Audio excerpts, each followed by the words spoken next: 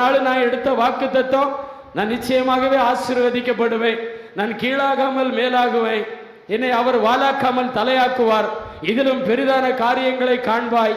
அநேக வாக்கு தத்தங்கள் முதலாவது நாள் கிடைக்குது. ஆனா ஒரு சில நாட்களுக்கு அப்புறம் குடும்பத்தில் ஒரு மிகப்பெரிய பதட்டம் வருகிறது. ஆபிரகாமுக்கு வந்தது.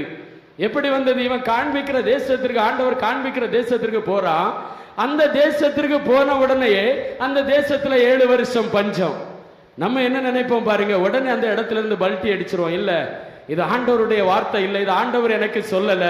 அல்லது குடும்பத்துல சூழ்நிலையில, பிள்ளைகள் வாழ்க்கையில நெடுநாட்களாய் செபித்து வெளிநாட்டிற்கோ இல்ல ஒரு அரசு வேலைக்கு ஏதோ ஒரு காரியத்திற்காக நம்ம பிரயாசப்பட்டிருப்போம், பணங்களை கொடுத்திருப்போம். அந்த இடத்துல சின்ன தடுமாற்றம் வந்த உடனே எப்படியாவது கொடுத்த பணம் கிடைச்சா போதும், வாக்குத்தத்தத்தை மறந்துடுவோம், தேவன் பேசின காரியத்தை மறந்துடுவோம், செபிக்கிறத மறந்துடும், எல்லாத்தையும் விட்டுருவானுங்க. ஆபிரகாம் அப்படி செய்யல. 7 வருஷம் அவன் போன தேசத்துல பஞ்சம் வந்தது.